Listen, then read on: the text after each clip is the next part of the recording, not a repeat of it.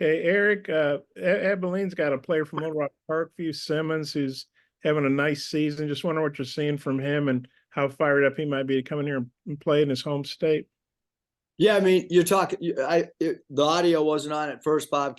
What you're talking about? 23 Simmons. Yeah, I'm sorry. Yeah, he's from Little Rock. He's from Little Yeah, Rock Parkview and having a nice season. Just wondering what you think of him as a player and how fired up he'll be to play, yeah. back in his home state. No, he's an excellent player. He's a guy that can make threes. He's a three-level scorer. Can post up. Really good passer. He's a vital part of their team. Plays the 4 spot for them. They'll put him on elbows and run backdoor cuts with him as a passer. And like I said, I mean, he's a guy that can make threes and stretches the defense out. And then I understand you've been practicing the last 2 days. We do that again today, and just kind of how's that been going for you? Yeah, I think practices have been really good. We've been doing morning defense, come back in the afternoon and do offense, much like an NBA training camp many years ago. We haven't got, the time frame hasn't been long. It's been about an hour and 35 minutes, each practice. Yesterday, we went only about 45 minutes for the offense. Good practices. We'll go this morning, and we'll come back this evening and just do shooting, which will be non-coach related. It's just the guys in Bud Walton get shots up for 20, 30 minutes. Do you feel like it's working well, and you have a good vibe going into this game?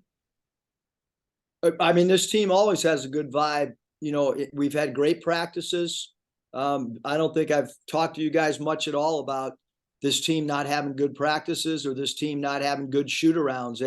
They've actually been as good as team as any team that we've had. They get along. A group of them went to dinner again last night. They got to figure out, and we have to figure out the chemistry on the floor.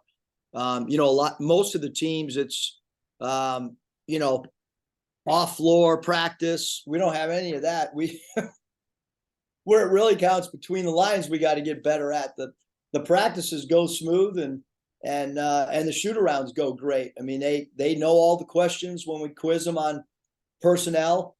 They've got to figure out once they hit the floor, how we can play better basketball, as does our staff have to figure it out. Thanks. Curtis?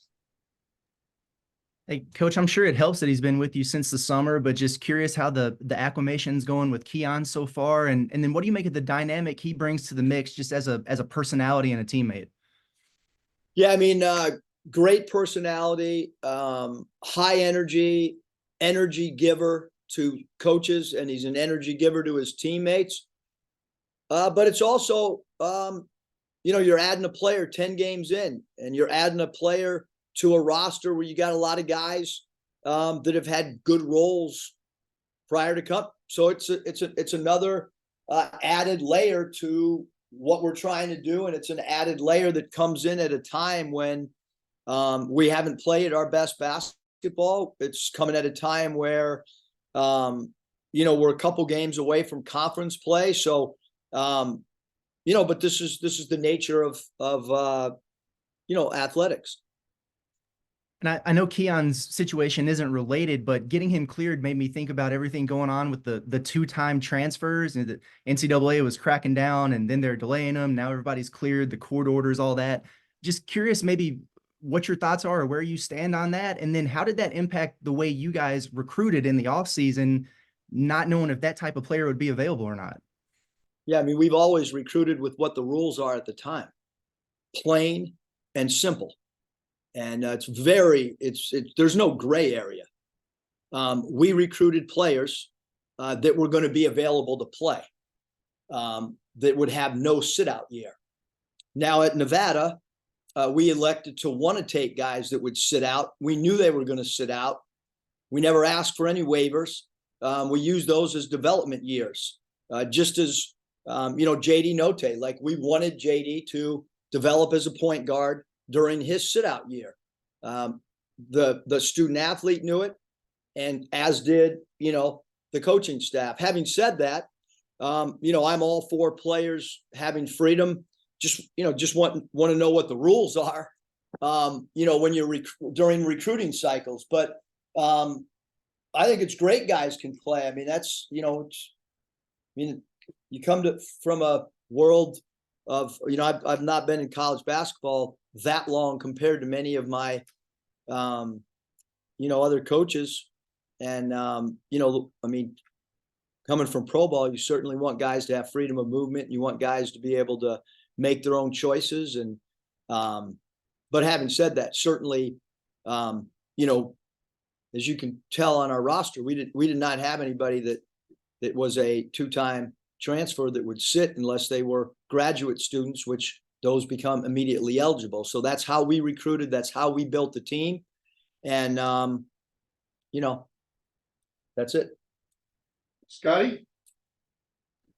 Yeah, Eric, I was looking at some numbers earlier. I saw Abilene's top 10 in the country in free throw attempts per game. Just where do you place the importance of that in this game, and maybe defending without fouling or doing your best in that area?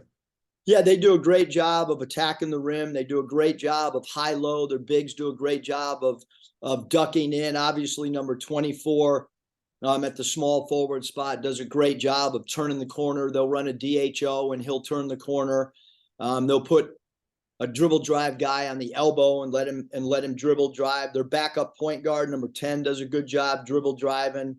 Madden 21, is kind of a combo guard. He did a great job against UTEP drawing FTA. Simmons can draw fouls, and they're starting 4 and 5. Steele and Simmons can make 3, so that opens up the floor for dribble drive guys like 24.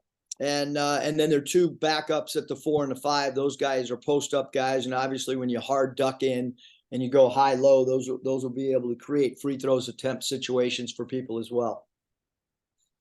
Is there anything that you can think of in terms of why maybe there's been that lag in off court and practice chemistry and then on court chemistry? Have you run into that situation before, maybe at any level? I've run into the exact opposite. I've never, this is a first. I'm learning on the fly, because our practices are good. Work ethic is good in practice. We just got to carry over what we do, behind closed doors onto the floor. And it can also just be we look at the records of the teams that we have lost to. It's no excuse whatsoever. But Oklahoma is a top 12 team in the country. Memphis, look at the wins that Memphis has had. Look at North Carolina, where they've been national player of the year type player in the post. We have lost to 3 really good teams. Then you add in UNCG, they played well up until last night.